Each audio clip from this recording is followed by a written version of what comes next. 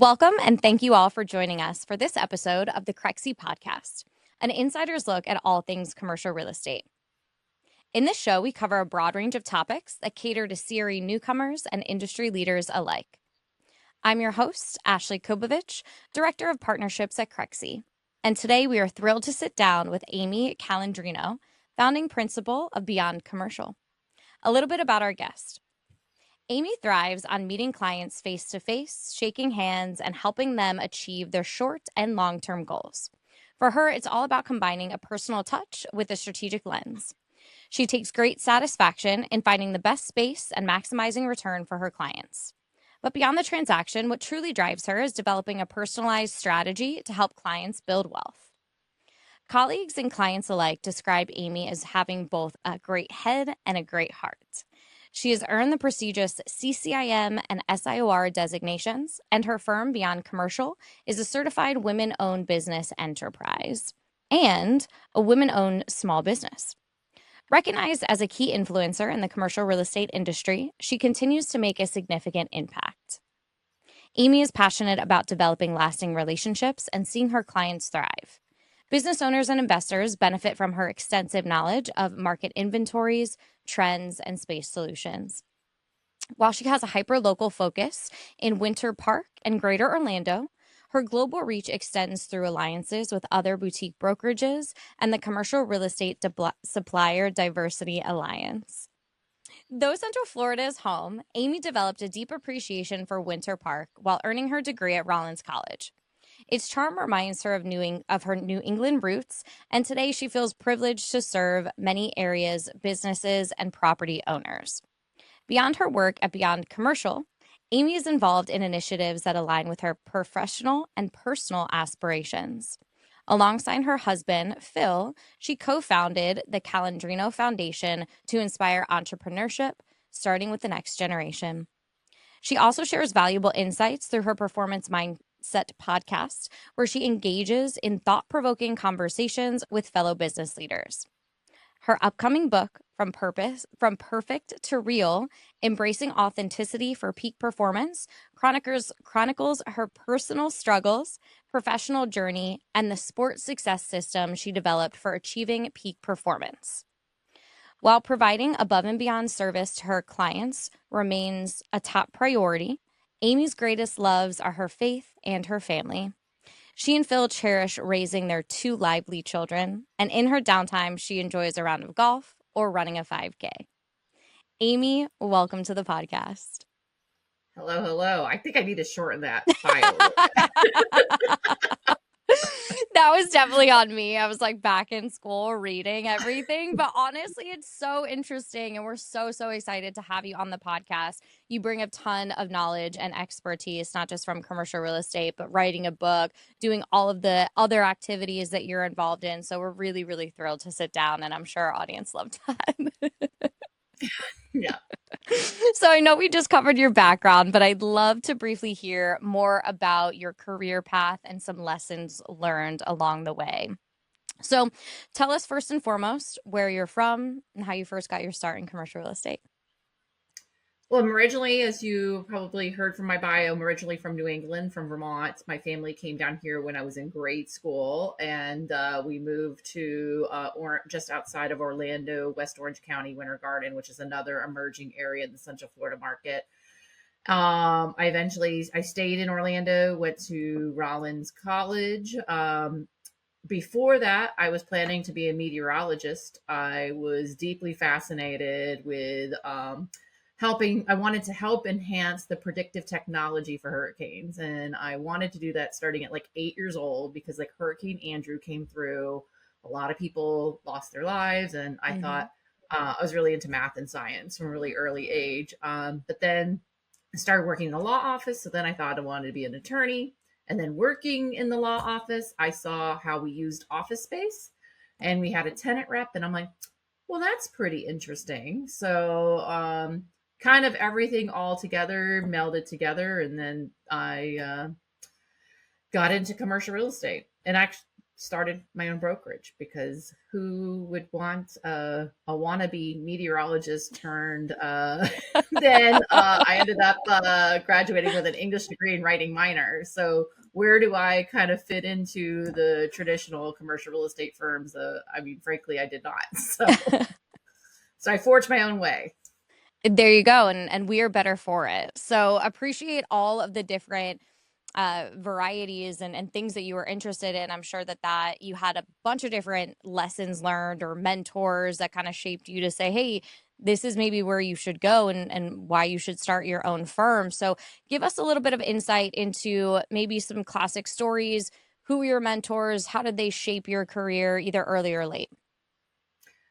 Well, whenever I get on Twitter Spaces, people love to hear about when I worked in the law office. I got to meet a guy named Bob Hendry, who was part of the team that helped Walt Disney acquire all that land.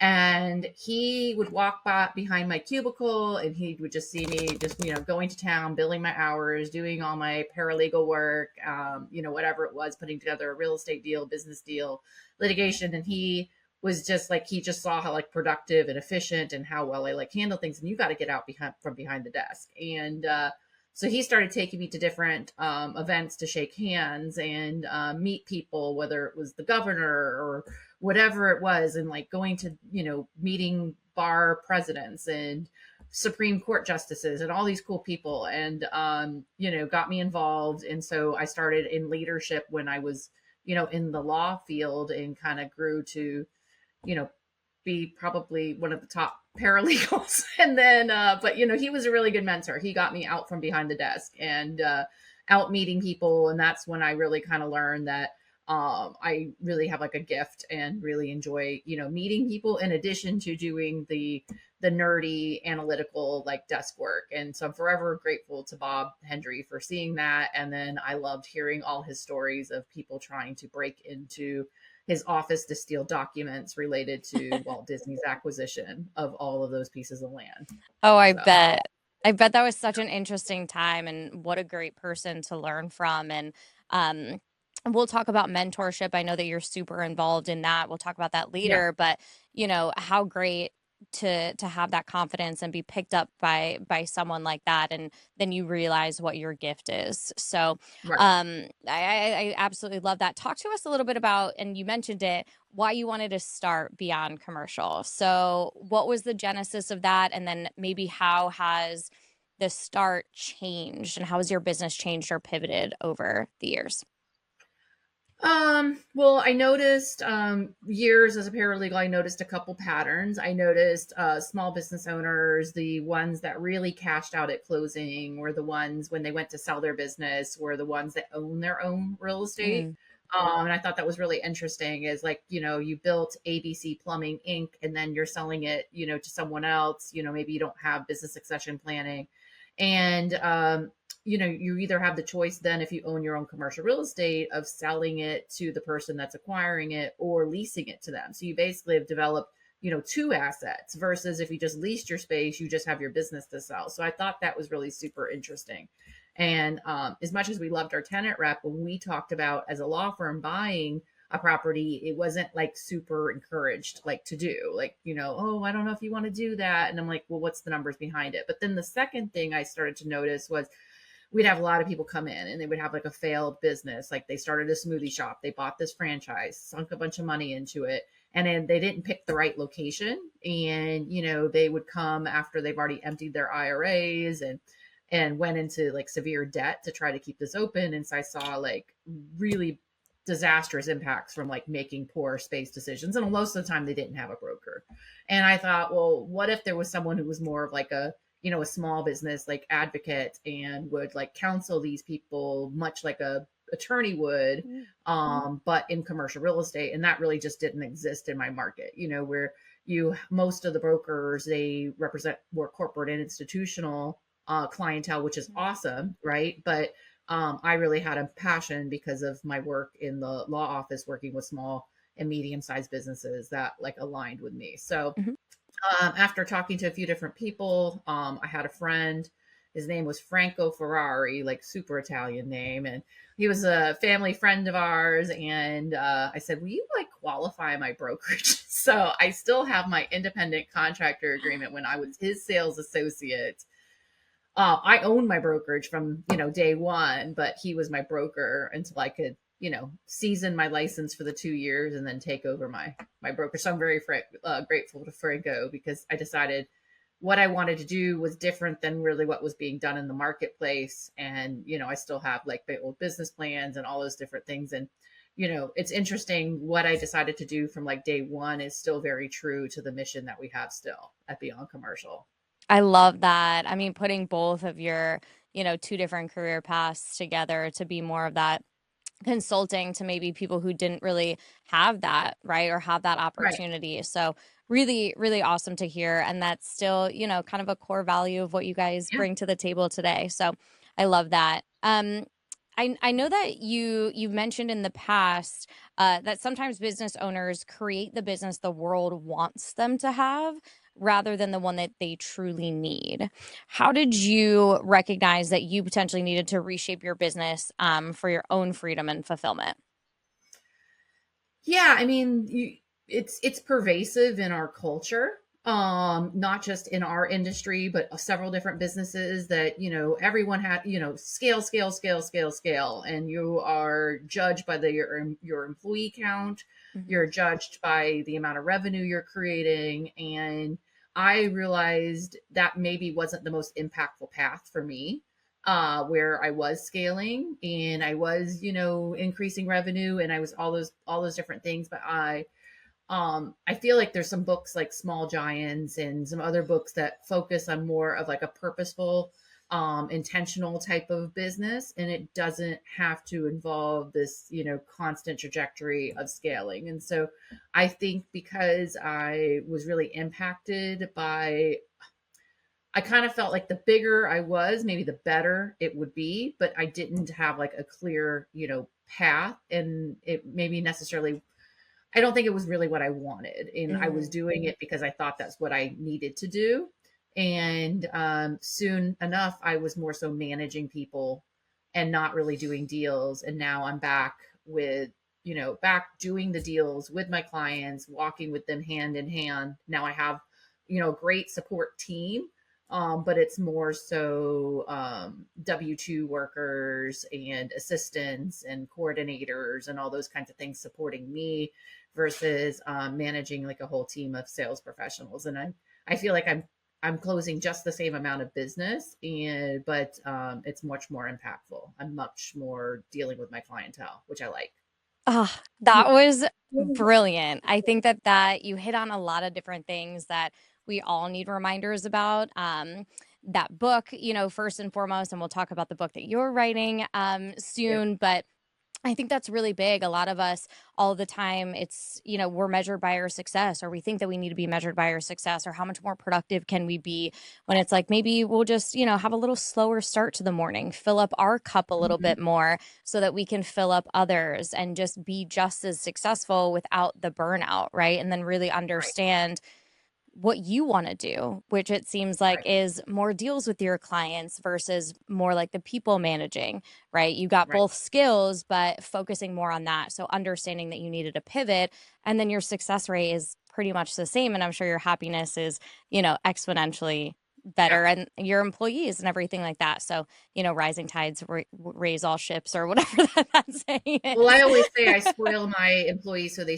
spoil my clients. So, yes, I love that. Like treating people well is really important. It absolutely is. It absolutely is. So I'm sure there's a ton that we can learn from you, but one of the things that, kind of sparked is, how did you balance the external feedback versus trusting your gut when making business decisions? As an example, this one.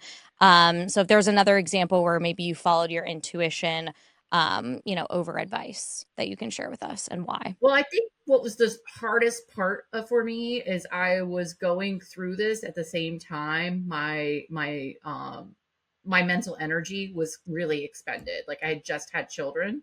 I had one in late 2019, and then I had one like 16 months later.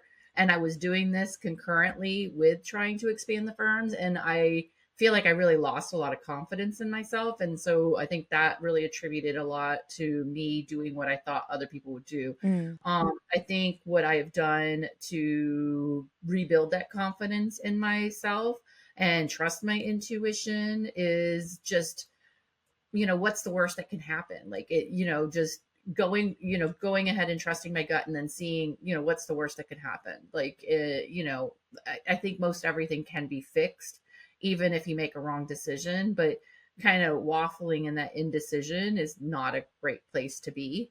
And so I'm realizing, after I went through that whole experience, just really trusting and taking more time. I think I am a very efficient person, and I tend to try to hurry and things along, and which is great on deals. But I think sometimes in business, being more strategic and thinking through is definitely valuable. Oh, that's a really great reminder. Slowing down, it's okay. Really put some thought behind it and then make the decision. Indecision is a decision. And a lot of people get stuck in that, analysis paralysis, right? And that's where like the stress and anxiety can come through. And I was just reading something, and a lot of your self confidence is the ability to make a decision. So being able to rely on yourself, and, just as you said, worst case, what can happen, right? You can always go back and kind of change. So that's a really, really good reminder for all of us. So thanks for sharing. We're talking about scaling, right? And you were saying that you were growing quickly. A lot of times that's about systems and delegation. So how have you structured Beyond Commercial to allow for growth while staying deeply connected to both your clients and your team? Well, I think fundamentally organization is key. What's really fun is one of my employees that was there back when I was scaling and it was super chaotic has actually come back as our project manager, and she loves it. She's like, "Oh, this is great. This is like a whole new like vibe. It's great." And we built a lot on the systems that she created, but how do I manage what I have now? I think just having really good tools and systems, and following a process for each Mm. deal that you do, and creating a consistent experience across clienteles. One thing I do that I didn't used to do is, as you might get, is I am a little hyper, and I like to continue. Again, I have to slow myself Mm. down, because I want to get as much done as quickly as I can. But sitting down every single Monday morning without fail and going through every single deal that I have, Mm. and like what did we accomplish last week, what could be done on this, and moving it forward. It is pushing things through at a much higher cadence, or figuring out, hey, maybe the client doesn't have the need anymore and let's go ahead and close that file. So having a weekly team meeting, as much as sitting still for the 1 or 2 hours to do it, that really, everybody's on the same page. All the people within my organization know what's going on. I know what's going on, and it also holds me accountable to get my things done. Like, what did I promise that I was going to do this Yep. last week, and did I get it done or did I not get it done? And then also, someone might voice to me, "Well, I have these 17 things to do today this week, and I only have time for 13. Yep. Which of the four should we wait until like next week?" And so, trying not to, again, having myself burn out or my team burn out, and also realizing, I think one concept we really focus on is like, what is enough? Like, what is that concept of enough? What can we actually manage within the construct we have right now before we actually have to hire more team members without burning ourselves out? Mm. So just being mindful of that. Yeah. Because when you start to like not get your sleep, or you're canceling self-care appointments, or that you might be taking on too much. Right. Right. Those are, imperative. Everyone says, I hate to have meetings just to have meetings, but the pipeline review is so, so important. I love that that's, very consistent with you all. Really, really important. So, how has the commercial real estate industry changed in your opinion, right? Siri, pretty slow to change traditionally. So how have you positioned Beyond Commercial to be adaptable in an evolving market?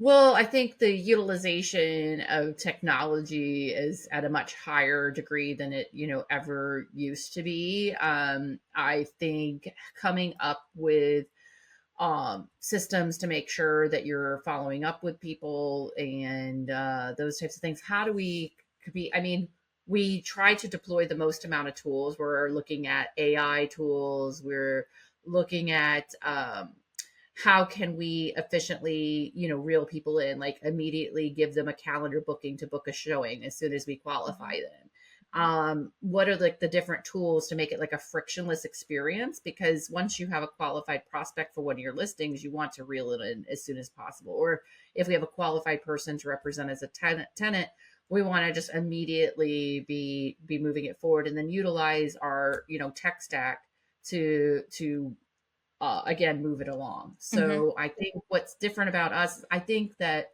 um, I started having a video blog in 2017. I really started doubling down on social media. So that's almost like 10 years ago.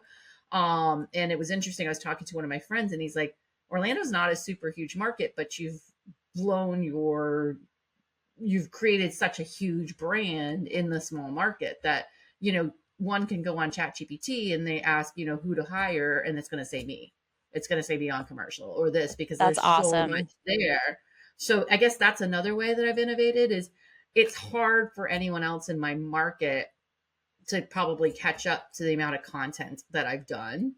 And because I've just consistently put it out there, both personally on Amy Calandrino and Beyond Commercial. And it's also because I love doing it. I love creating the content. I love, educating people, teaching people. I think that that's also something that differentiates us. Oh, it's so smart, so smart. I love that. That's so good for you. Now, what advice would you give before we shift to topics a little bit? What advice would you give to someone who maybe feels stuck in a version of their business that no longer serves them?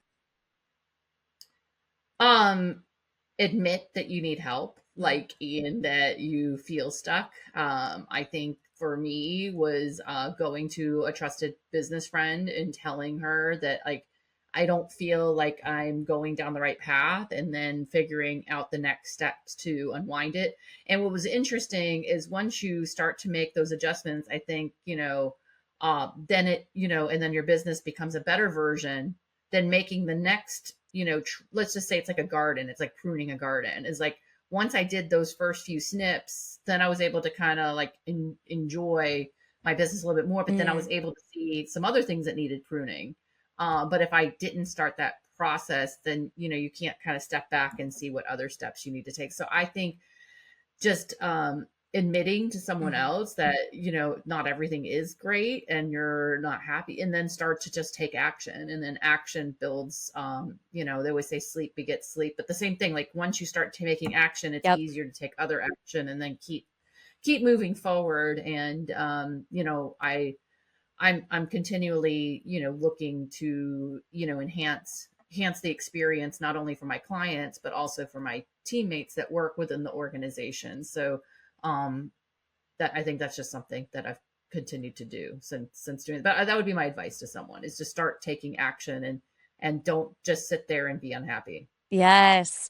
It's all back to that indecision is that decision, right? And one action, it snowballs, object in motion tends to stay in motion. So, one thing right after And another. it was scary. It was scary Hmm. because, like, I had like almost 10 agents at one time, and I was afraid that someone would think I'm a failure if I went ahead and reduced my count. And I thought people would think, well, Amy, must not be getting a lot of deals. But that was not the case. It was, we had grown too big and the service was not congruent with my brand. And, there were a lot of other, issues to kind of work with that rapid like growth.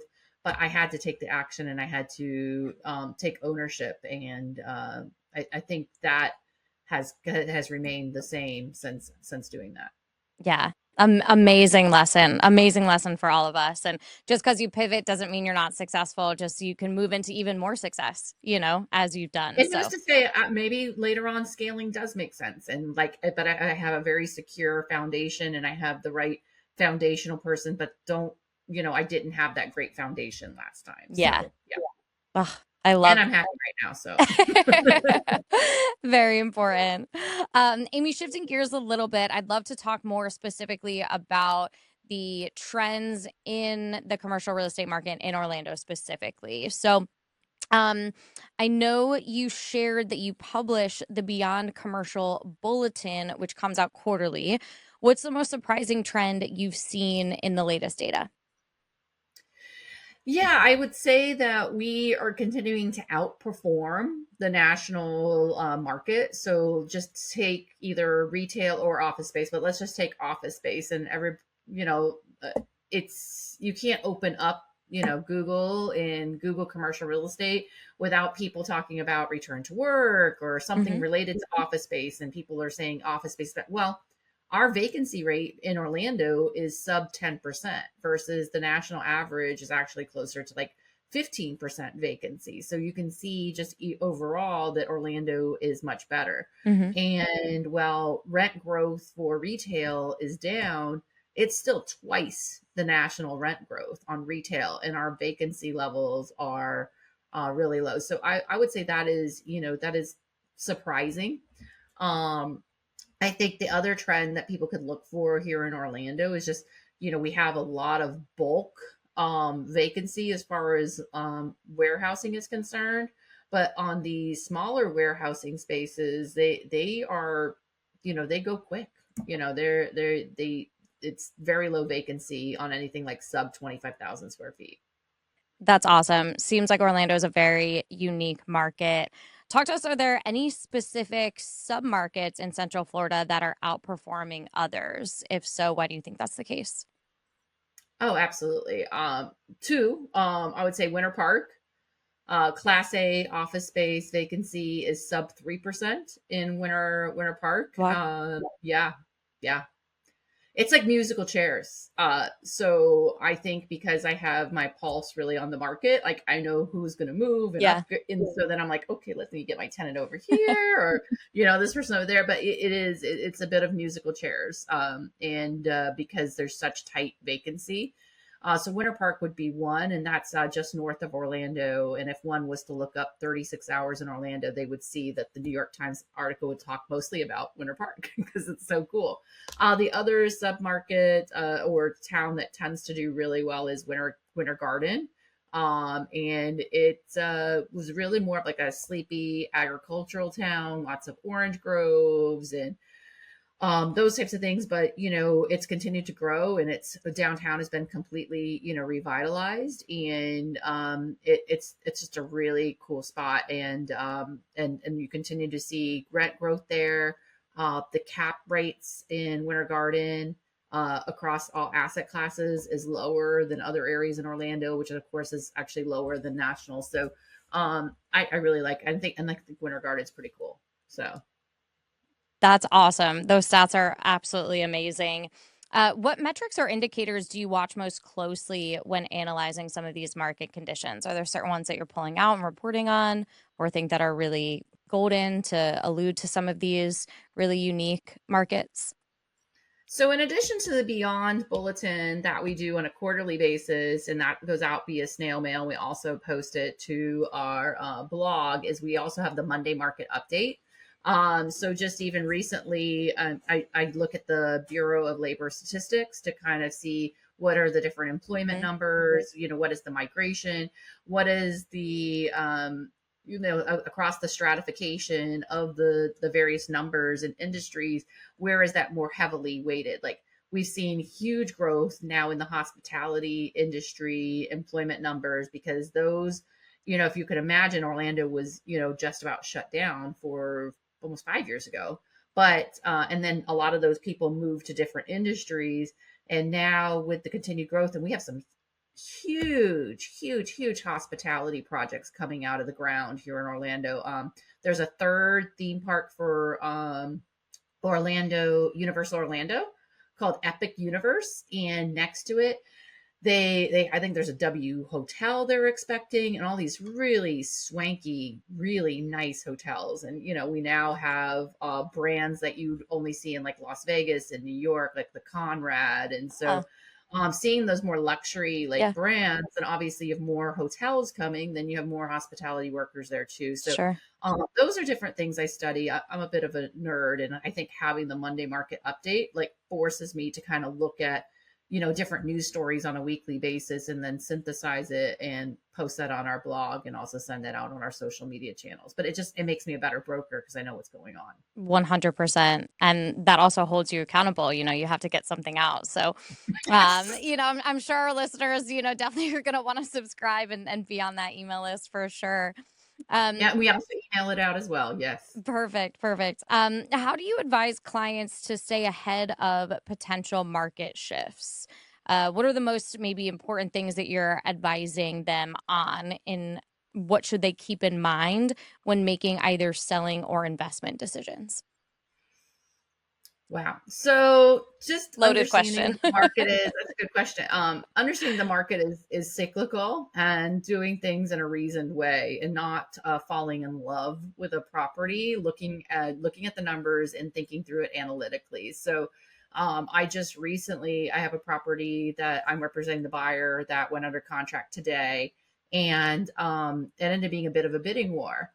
Well, rather than my client going in at a high number, which it probably could have still appraised for, I was like, well, what's a measured approach? Let's go in at full ask and use like an escalation, like Mm. provision that says whatever the other side bids up to this amount will outperform them Oh.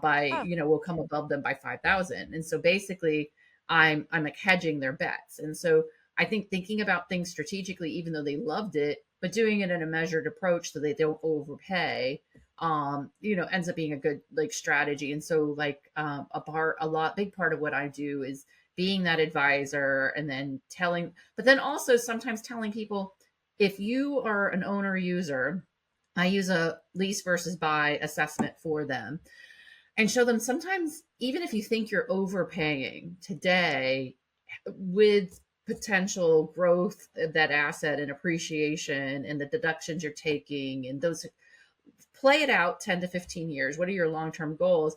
I wouldn't be a great advisor if I didn't sometimes maybe push them to do something that maybe they felt like, well, I'm overpaying. Well, if you don't overpay today, or what you feel is overpaying, then, and you don't find something for another year, you've lost out on all that Hmm. appreciation.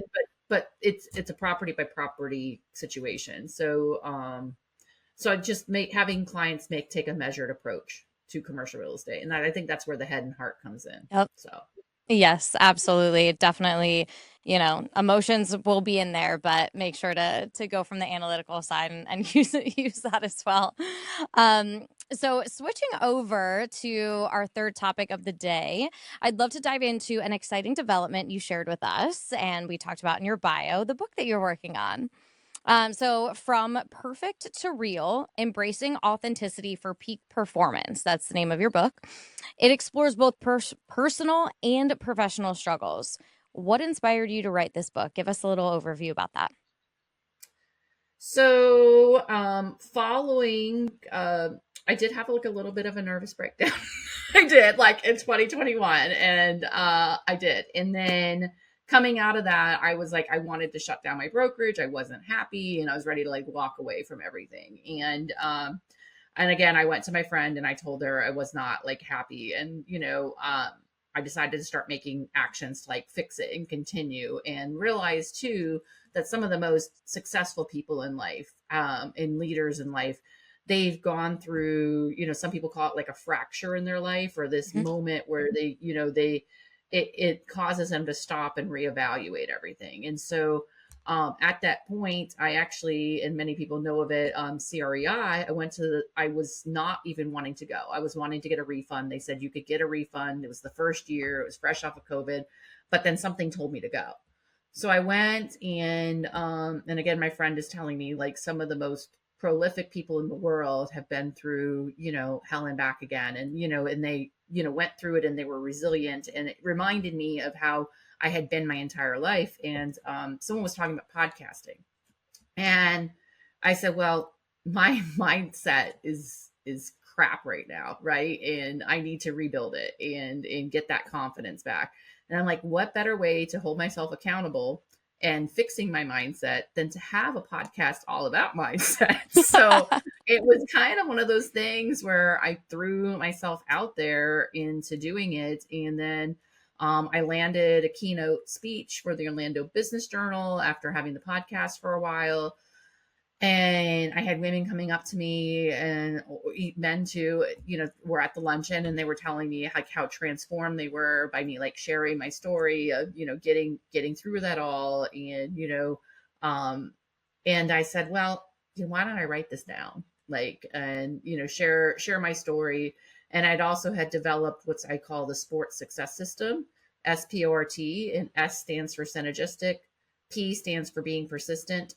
O is omniscient, which is like learning. R is radical, and T is tautological. That's like the habit stacking and stuff. Why don't I put that all together? And so I did. And, it took me concurrently with obviously having restructuring my company and launching a foundation and doing a podcast. It took me a little bit to write the book and raising 2 kids. But I did. So, and it's launching in April. So. Oh, congratulations. I cannot wait to read that. And I'm sure our listeners feel the same. You just gave us some tidbits. I mean, huge moment of impact for you, right? We all some of us go through those moments of impact, and, we have to course correct or pivot. And, you coming up and going to that summit, starting the podcast to keep yourself accountable and saying, hey, I'm going to write this down, has led you to where you are. So really excited to dive into that. Now, without giving us too much, and you mentioned some right here, can you give us an overview of maybe some of the important frameworks explained in the book and how you might apply them to business and life? Yeah, I mean, I think a big force in your life is the energy that you're around, and that really ties into the synergistic kind of chapter and those villages that you have around you.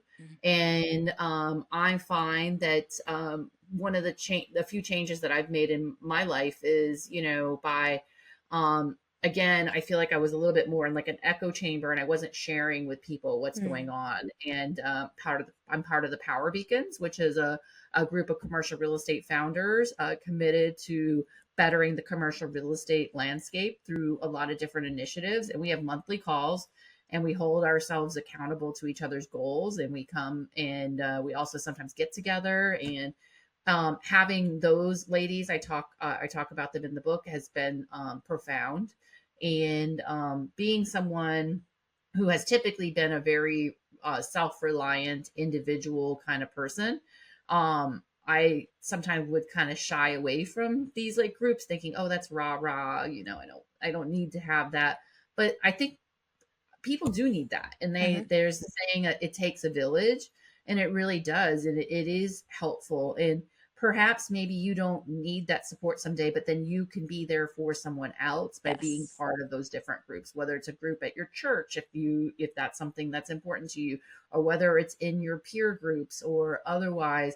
That's been something I've been much more intentional and dedicated to keeping, sacred on my calendar, is like the times where I'm investing times in my relationships and having them around. So that really ties into the synergistic, the S chapter of the book.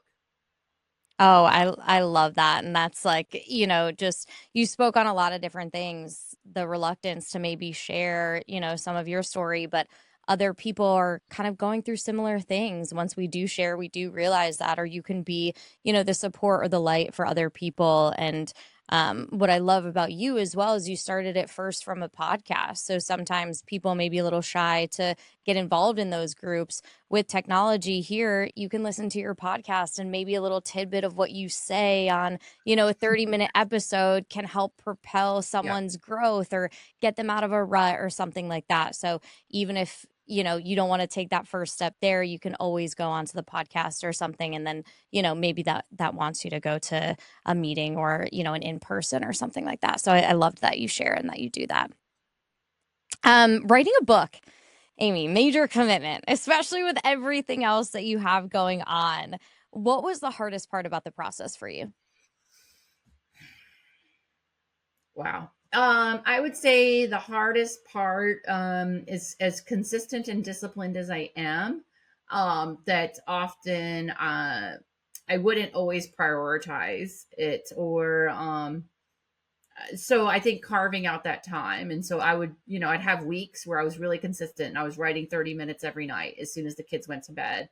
But then other times I would kind of fall behind. And so I'd be, going on a flight to a business trip, and, I'd be on Wi-Fi on the airplane, like typing the whole time. And so I think the challenge was, carving out the time and staying, consistent. But I'm still, overall, I think, whether it's done, the whole point of the book is talking about not trying to be perfect. It was not a perfect process, but then I still feel like the result was really good. And so again, just taking that first step and getting started. And then if I didn't meet my goals or my writing count goals, I did not, beat myself up. Like, just keep going and working towards it. And even if it takes you a little longer to do it. There you go. I mean, back Because you're to the biggest critic of yourself. Nobody's like, oh, Amy thought at first she was going to launch that in fall of 2024. Shame on her. She's launching it now in April. No, nobody's doing that. If they are, then we're probably not going to go out for beers together. Right. I So, don't. You are much too serious. Yes, absolutely. So taking action, consistency is key. And, at the end of the day, give yourself some grace, right? Yes. We're just human. Right. What do you hope that readers take away from this book, Amy? If someone could only read one chapter, which one would you want them to focus on? Why? Give us a takeaway. That's good. That's good. That's a good question. I would say probably the summary chapter kind of puts it all together, and you get all the framework of what the S, the P, the O, R, and T kind of stand for.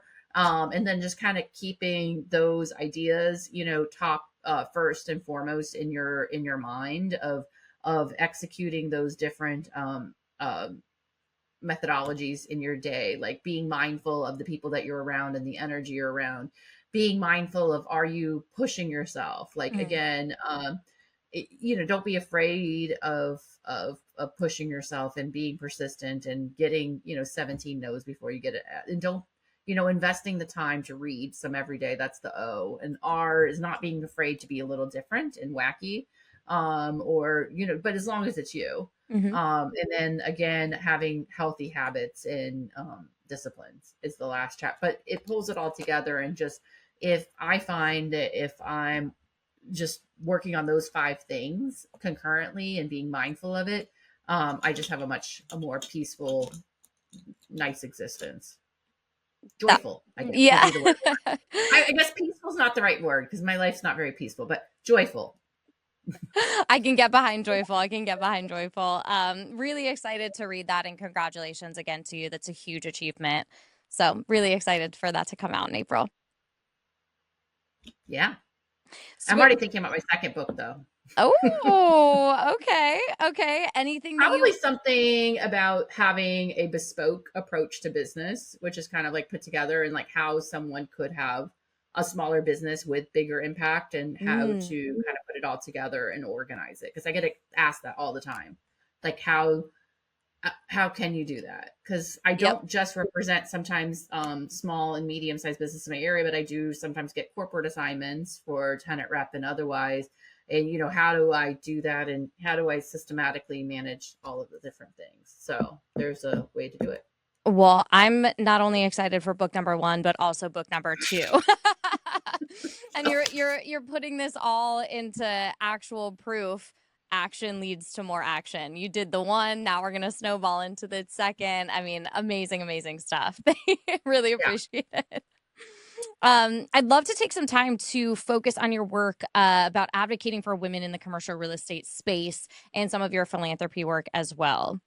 So earlier you mentioned the Power Beacons, which is a group of women advocating for greater awareness and opportunities in commercial real estate. Yeah. What drove you to start this initiative? And then if you can explore and give us maybe some of the biggest challenges that women in commercial real estate face today. Yeah, and credit to actually Marissa Lemshako was one of the founders of the Power Beacons, and the Power Beacons kind of arose out of this annual most influential women's list by that they put together, and so I think it had already been in existence a couple years, and then I was nominated as one of the most influential women, and it's kind of brought into the fold with a number of different people. But addressing topics that maybe don't want to be talked about, and in commercial real estate, a lot of our functions are like big trade groups, and sometimes there's alcohol involved. And we've had one member of the Power Beacon who's been very vocal about it, where she was actually sexually like assaulted, and at an event, and it was by another broker. And that those things are, we put out a message to women about watching your drink, not leaving your drink alone, having a buddy system, sharing your location, and all these different tools, and also making it okay to share if something happened, and not suffocating, having that fester, Mhm. and thinking that it's your fault, and going ahead and sharing that with someone else. And so we put out that message, and it was picked up by BizNow and a number of different different publications. But what we were most surprised were where we thought this, a lot of the issues had gone away, they haven't. And it's not just our field, but other fields. But I think being mindful about that, and being diligent and aware of your surroundings, I think is really important. And so I was glad to be a voice on that, and help to get the word out. Sure, absolutely. I mean, definitely commercial real estate is a male-dominated industry, right? Women face, Yeah. sexual assault, every single day, but especially in industries with trade shows and things like that. So, great to, have that space to speak up for sure.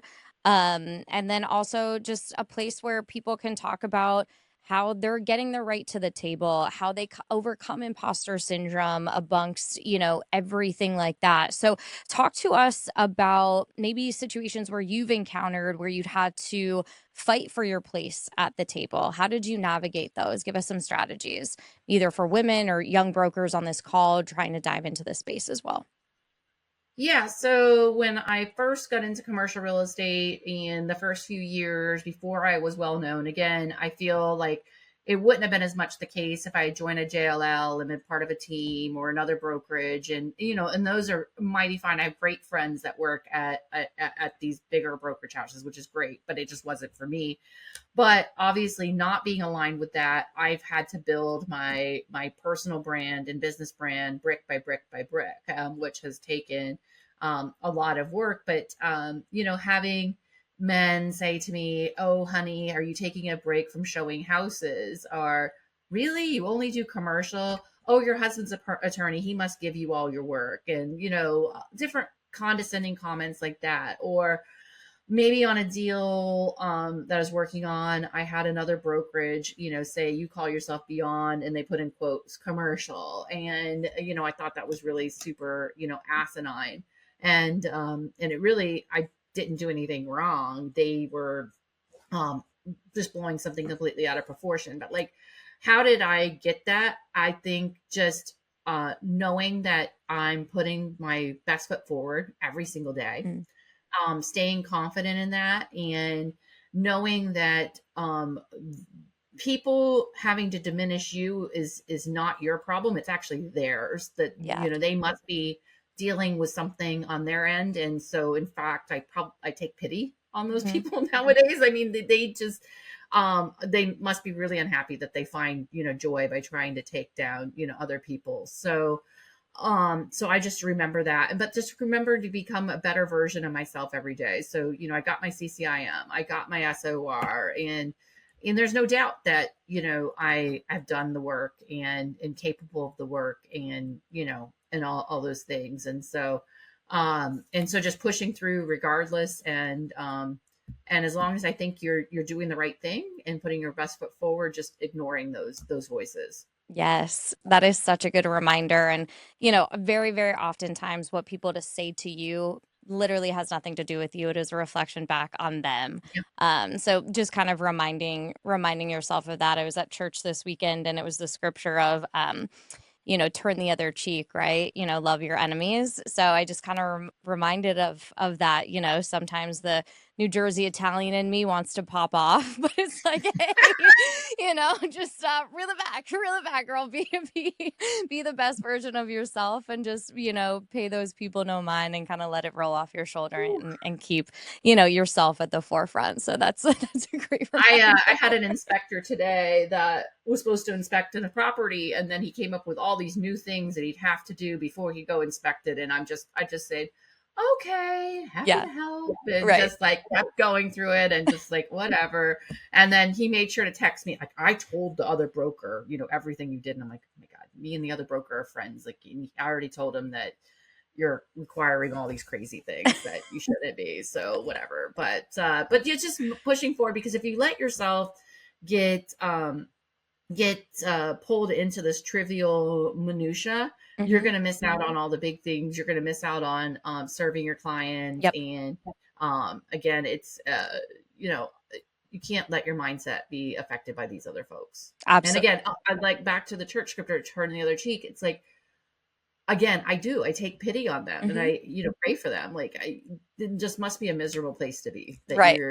you feel it's necessary to tear down other people. Right. Right. And back to that mindset, it really, really is all about that.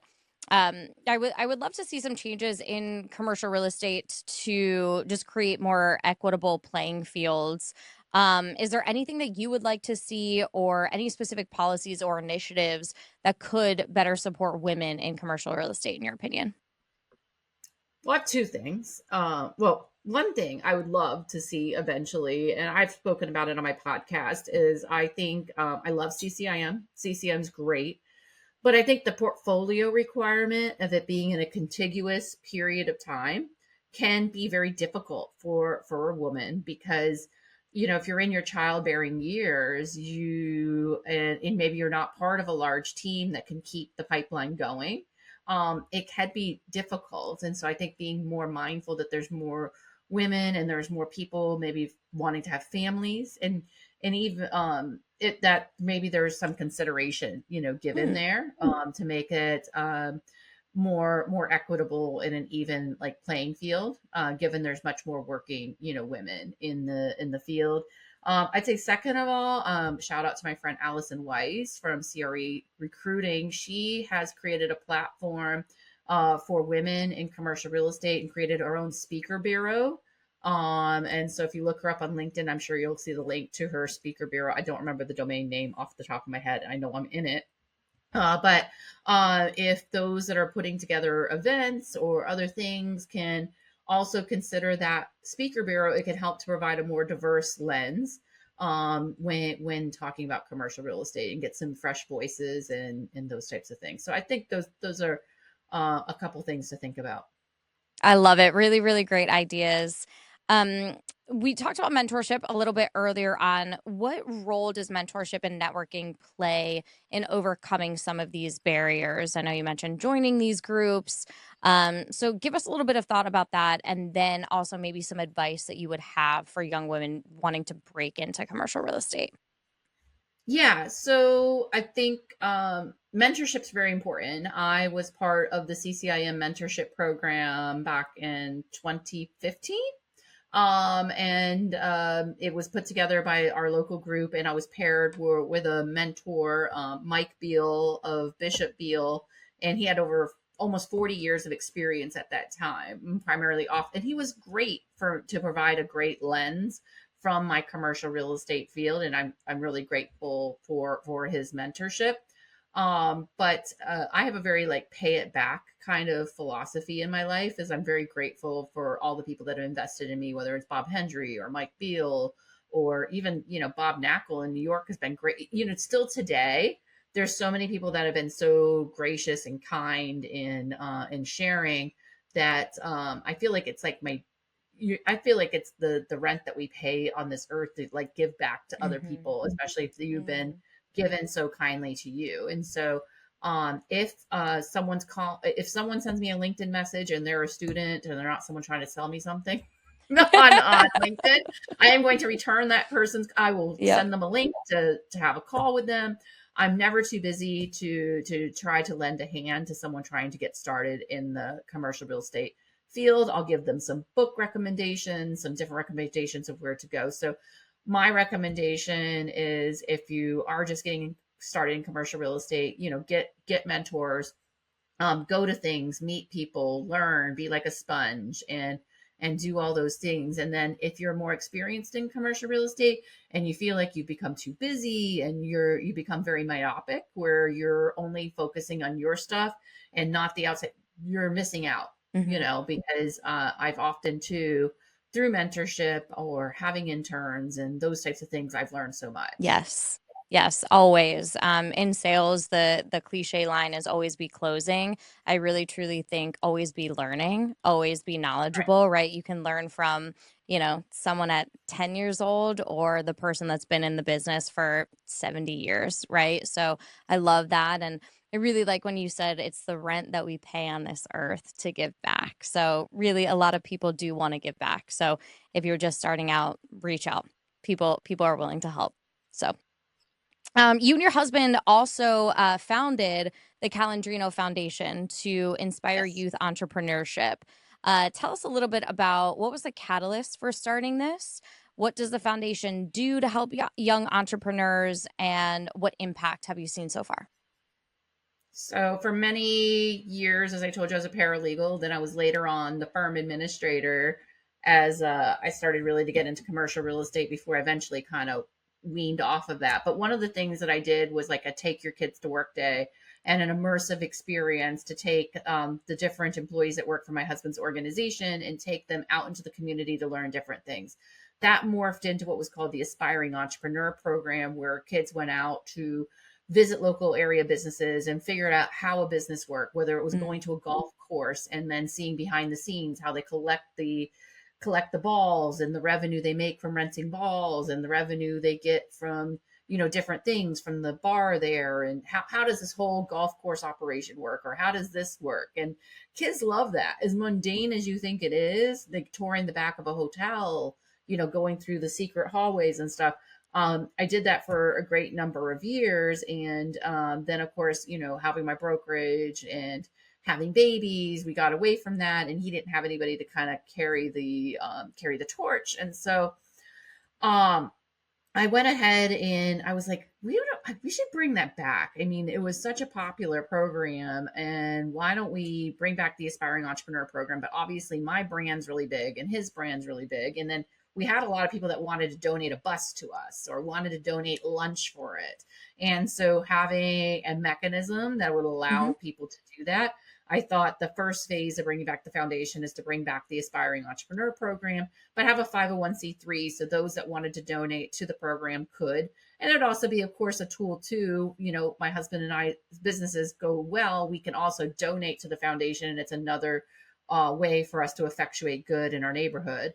So we did that, and then our other phases to this is like I'd like to eventually have a financial literacy program for high schoolers, before they go out to college, and getting into the schools and helping to teach them about financial literacy. And then, like, the third phase of the program is I'd like to eventually have micro grants for small businesses, business incubation, all kinds of those kinds of things. But first things first, I'm working to bring back the Aspiring Entrepreneur Program. I've started forming a committee, and it will happen when it's supposed to happen. And I wanted it to happen early this year, but I'm also learning that you can't have everything happening all at the same time. But it will happen. And we've already, despite not getting out sponsorships, not getting out anything, we've had some amazing donors to start to build the pipeline for build the foundation to bring that all back. So, which is awesome. That is so wonderful. I mean, just giving back in a lot of different ways. Can you tell our listeners any standout success stories, maybe from individuals who have benefit in the past from this foundation? Yeah, so one of my friends, Allison, not Allison, her friend, my friend is Amanda, but her daughter Allison went through the program for a number of years, and she still remembers, going to all these different events, and she still is maybe considering later on going into business. Some of the other children had businesses as well. I don't know where they're are. I'm planning to. We have all the contact information to get the success stories, but staying in contact with someone like Allison has seen, and she remembers those were some of like her fondest memories. We went Yep. to the news station one year and we saw how a news station worked, and they got to sit at the anchor desk and these kinds of different things. I think it really opens up children's minds to the different possibilities that success could be, going to a trade school Mhm. and starting a plumbing company and then, making it a big business. And they got to tour even that. And so learning all the different types of businesses and opening your eyes to that. And just, I think those experiences also taught the children to see beyond the everyday like wrapper of going into things Mhm. that, and kind of really think about like, how does this work, which makes them better thinkers. So, For yeah. sure. Absolutely. Well, I'm so excited for you to start that and to continue to hear all of the success stories. So, really, really appreciate all of this insight. But, Amy, given your background and expertise, I'm sure our listeners are curious about your answers to a few rapid fire / words of advice questions. Are you Oh, game? okay, let's go. All right. First one. If you were given $50 million today and had to invest it immediately, what would your go to asset type and location be and why? Industrial. And I would say near the fully completed, beltway in here in the Orlando area, and that's continuing to grow up in that area. So I would say just a bunch of industrial. Okay. I'm Yep. But yeah. we heard it and we heard the why, definitely. Second, what's the craziest way you found a new client, either on social media or otherwise? Yeah. So I was dressed up as an elf, ringing the bell for Salvation Army on the corner of like Park Avenue, and I there was an attorney going by, and we got to talking about everything, and then he needed a new office, and despite my elf costume, we had a consultation a couple weeks later, and I helped him buy an office building. So yeah. And you sealed the deal, even in an elf costume. I love it. Okay. Third, and I promise, Amy, this is not a trick question. What is your favorite tool or software that you use on the job? Hmm. Oh gosh, it's hard to pick like one. Uh, I would just say even though I love you guys, Crexi, I have to just say my phone. I love my Yep. phone. I love my phone. That I couldn't live that's without my phone. Could you live without your phone? no, I mean, especially not in this business. It's all pick up the phone and call and, making sure that you Yeah. have everything there. I absolutely agree. Good answer. And then last one, what is the most common misconception about your job or industry? That it's super glamorous, and often, like yesterday, I'm in rain boots, like you know, going on a walkthrough around an office building, and that's like partially flooded in the parking lot, getting super muddy. So it's not super glamorous, or sewer got backed up, or there's a possum chasing after you. Like it's not as glamorous as you would think. Yes, and a possum really did chase The after the me. Let me possum finish is a going. story for another time. We have to get into that. But at the end of the day, it's definitely not as glamorous as what everyone sees. And as we wrap up, Amy, any parting words of advice you'd like to share with our audience? I think just do what is right for you. And again, I think it's come out in here is like don't listen to the another say the naysayers. And so whatever your definition of success is, stay true to that, and don't be uh, led away by others, and stay true to that. Stay true to yourself. Oh, that's so wonderful. Really, really appreciate you taking the time to sit down with us and sharing your insights. I'm sure everyone has learned a lot. I know I have really great reminders and takeaways. So, where can people find you online if they want to get in touch? Email, social media, give it to us. Yes. So you can follow Beyond Commercial, of course, is my brokerage, but most people want to follow me on LinkedIn. Is Amy Calandrino. You can follow me on Instagram. LinkedIn is usually a good place to message me, or my email is amy@beyondcommercial.com. But email is usually pretty good, and then we could schedule a call. So Instagram, LinkedIn. What else am I on? All the things. Facebook. On Facebook/commercial real estate expert, all the different things. So, Twitter. I love Twitter. Yeah, Twitter. Yep. Perfect. Definitely send a DM via Twitter or LinkedIn or an email. Yeah. Wonderful. Well, thank you so much again, Amy. It was really, really amazing sitting down with you. We know you're so busy, so really appreciate you taking the time. Awesome. And thanks to everyone who tuned in today. If you enjoyed this episode, do not miss the next one. Visit crexi.com/podcast and sign up to get the next episode delivered straight to your inbox. Of course, you can also subscribe to the Crexi Podcast on your favorite podcast app and check out our YouTube channel for video recordings of each episode. Take care and be sure to tune in next time.